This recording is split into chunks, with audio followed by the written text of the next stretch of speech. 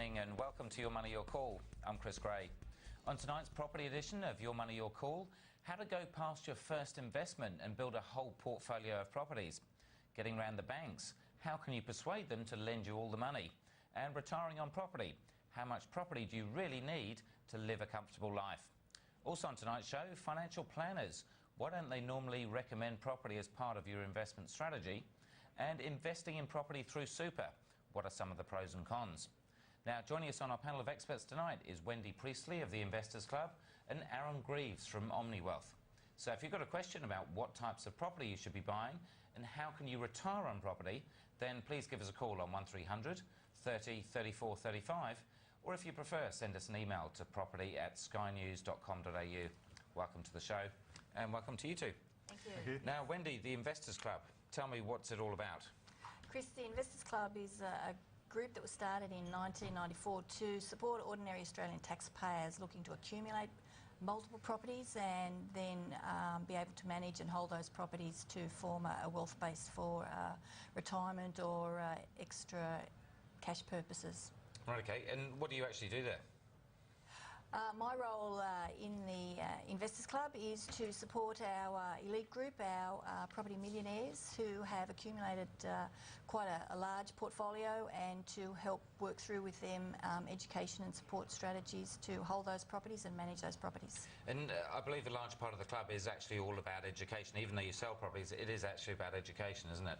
It is, Chris, because one of the real problems is that people often buy a home just like buy an investment property just like they have bought their own home, but don't realise that they need to employ some business strategies, and they don't hold their properties for very long. It becomes very tiresome, and 75% of property owners just own one. So we're looking to support people in holding multiples. Sounds like a good idea. Now, jumping to you, Aaron, Omniwealth, tell me a bit about that. We're an independently owned financial planning group based in Sydney. We specialise in helping wealth creators create financial freedom in their life. Clients are typically aged between 30 and 50 years of age, and we don't really focus on the retirees. Yeah. And anything specific about your business that makes it different to other financial planners? First is we're independently licensed, so we don't have a large banker institution telling us what to do. Secondly, we've got our own real estate licence, which puts us in a very small percentage of the market. Less than 1% of financial planners can say the same. When we add that to our education process that we go through and our fee structure, we're pretty different than the rest. Now, a lot of financial planners love wearing the badge of independent financial planner. Yep. But when it comes to direct property, a lot of them won't recommend it. No. Why is that? It's a question I ask myself every day, to tell you the truth. It's a lot to do with licensing, ultimately. Most of the licenses are owned by the banks or these larger institutions, and even the independent ones typically follow the same methodology. Property, as we know, is a great vehicle to help people create wealth, and I'd love more planners to do it, but they don't, ultimately. Yeah. And have you always been recommending property as part of a financial plan? I've been planning since about '98, and apart from a couple of years where I worked for a larger bank, it's always been part of what I've done. Omniwealth has been around since 2007 and has been definitely everything that we do within property. Sure. Now, Wendy, the Investors Club, how did you get involved to start with? Well, Chris, we had purchased 2 investment properties ourselves with our own resources, and then we were looking to buy interstate and just found that very difficult, and came across the Investors Club in '98 and found their support and their strategies and their research so helpful. We purchased our first investment property interstate in Brisbane and continued to accumulate our properties after that time. Okay. And so how much equity did you kind of start with in the first place? Well, we started with, back in '98, $25,000 as deposits and costs, and then borrowed the rest, and our portfolio has grown from that size. Yeah. And are most people starting from a reasonable kind of similar stance, that they've already got property and they're using the equity to carry on building? Usually that depends on the age group. If you're looking at the middle age of 40s to 50-year-old members, they'd probably have their own home using equity out of that. If they're our younger members, they normally don't have a home, or they've decided to rent and invest their money, they'd be starting with a cash deposit. Okay. Now, there's lots of different property investing strategies out there. If you had to kind of summarise the Investors Club one or your one, what would you say you do? approach is to select properties that are for investment. There's thousands of properties each weekend out there for sale. Some are not necessarily good investment in the long term, and some cost a lot of money, which is unseen. So our approach is to buy suitable investment property, learn how to hold it for the long term, and then use that acquired equity as a funding base for retirement or other things. So very much a long term. Absolutely, long-term basis. Yeah. But Aaron, when it comes to your clients, do you have one specific strategy, or is there a whole bunch depending on who you're talking to? The clients come in all shapes and sizes, and their all strategies are completely independent of each other. When it comes to property, we typically a buy and hold strategy. Look for a good growth story and a good income story to help support the holding of that property, but combine that with shares, superannuation, everything else as well. So ultimately for most people, they should be having a balance of everything? Oh, look, ideally, you need the diversification, not across just asset types, but different asset classes as well. So, you know, when property's performing well, shares may or may not be at the same time. Yeah. Now, Wendy, you've actually brought some investing criteria with you, and we'll pull it up on the screen. Do you want to give us a quick idea of what are some of the major things that you're looking for? When we're assessing investment property for our members, we're looking to see that they're located in capital cities where you have for tenants close to transport routes. They can get easily to work or to entertainment. You want to be near major infrastructure, hospitals, schools, developments where this provides employment and therefore obviously tenants for investment properties. You want to look at accessing varied lenders, not staying with the one bank, so this enables you to grow your portfolio more successfully. And then look at holding a variety of property types, because that provides you with different benefits in the long term in terms of cash flow positions. So the first one that you got up there is talking about investing in capital cities.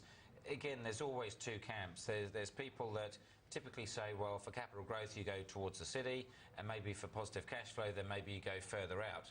Why do you particularly go for the capital cities? Well, as you said before, our goal is long-term holding position.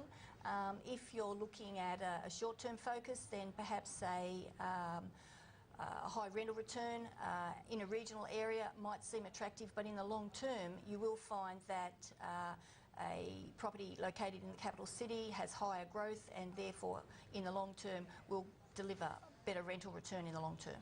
So why is it that the capital cities have more capital growth and the more regional areas have, say, more rent? Well, simple case of supply and demand. There is a shortage of land and available space and facilities, and so as we're finding in capital cities, more people want to live there because of employment, because of entertainment, and so the supply in Australia is falling far below the demand, and that's the place that you want to be if you want capital growth. Now, surely with, say if you get into CBDs for instance, then sometimes people argue that there's no limit to supply, because obviously you can keep building up. So when you say capital cities, would you include CBDs or would you generally exclude them? Probably not right in the CBD, because right in the CBD, yes, you are having higher and higher buildings, and also those buildings have more and more lifts, and so that's a rather high expense. So we'd be looking not necessarily right in the middle of the capital city, but you know, depending on the size of the capital city, sort of around Sydney, you'd be looking maybe 1 kilometre, 2 kilometres, where you're looking at walk-ups. They might be 3 or 4 stories, villas, townhouses, those sort of medium density buildings, not high-rise. Right, okay. So a bit of diversification in there as well. And Aaron, we'll pull up yours as well to get an idea of what you guys kind of think of. Okay. Ours is a little bit similar. One of the first things we look at is where that particular market is within its cycle. Ideally, we want to buy at the bottom of the market and not the top of the market. We also look for good supply-demand relationships. Major infrastructure projects are also really important to us, where, you know, if there's an area where there's lots of schools, shops, hospitals, motorways going in, that's always an attractive point. Population growth and demographics as well. Without the population growth, you don't get the capital growth ultimately. And then from a rental perspective, we're also looking at low vacancy rates and high rental yields too. And it's a mixture of all of those things combined that help us identify markets. And when you talk about demographics, is there a perfect demographic that you're really trying to chase that's got plenty of cash? No, not really. When we recommend property, it's normally between the $400,000 and $6,000 price range. It sits in with that affordability area. Therefore, we're not after the person who owns $300,000 a year to rent the one-bedroom apartment off of us.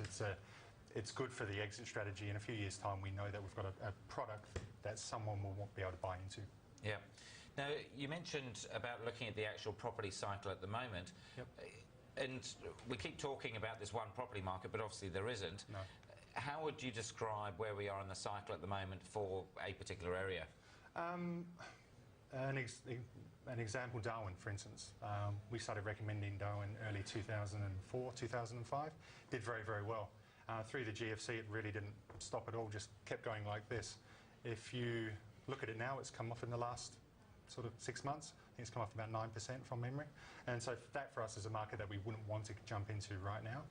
Compare that to a Brisbane, however, which has really good, strong fundamentals, good population growth infrastructure going in there, and has had very little capital growth since the GFC. So two completely different markets, and one that's more attractive to us than another. And Wendy, how are you seeing the market at the moment? Well, probably a bit of a different perspective here on Darwin, and I suppose that is from my own experience going up there. We have property in Darwin. Darwin just at the moment is perhaps a good time to buy. Prices have dropped, as Erin said. However, the potential of development, the INPEC gas pipelines coming on board, the federal government has just signed off on that approval. They're looking for November sign-off for the sale of the gas. So things are, a good time to buy in the sense that, yes, it has come off, so it would be a good time to go in. But if you were looking in a short term to buy and sell, then that's not really the sort of market you want to be in. In Sydney, shortage of supply is leading to tightness in the market. Rental returns are growing, and investors are already starting to come back into the Sydney market. Now, I've been doing some speaking up in Darwin recently, and certainly aware of those projects. How dangerous is it to go into a certain state or a certain city when it is all based on one industry or one particular project going ahead? Does that make it quite a risky investment, that if something happens with that, then maybe the market collapses?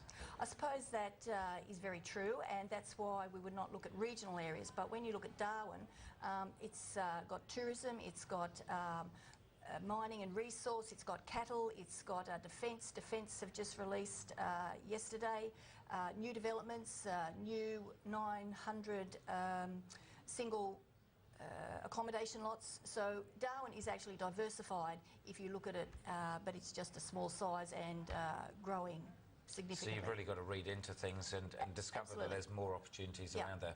Yeah. Now, Erin, are there any particular types of property you always go for, or particular types of properties you avoid? We like residential. If we look over the long term, residential has provided a right balance between capital growth and income. And it doesn't really matter what happens in the economy. People always need a place to live, so that provides some stability there. There's properties we don't like. We're not a fan of regional, like Wendy said. And retail properties, commercial properties typically are match a very few amounts of clients. And holiday letting type properties as well, not our favourite. And what's the main reason for that? For just avoiding those certain types? I think it's just it's more to do with risk mitigation, ultimately. It's very well to get all the capital growth and the nice yields, but you want that over the long term. And some of those other properties that I mentioned may have good periods of time, but they also carry much more risk than residential. So they get a lot of volatility all the time. Yeah. And some properties are not, as Erin said, if you are looking for good borrowing positions, holiday units and some other types of units are not desired by banks, and so specialised types of properties are more difficult, and so the 2-3 bedroom townhouse villa, the normal run-of-the-mill, are good to get finance on.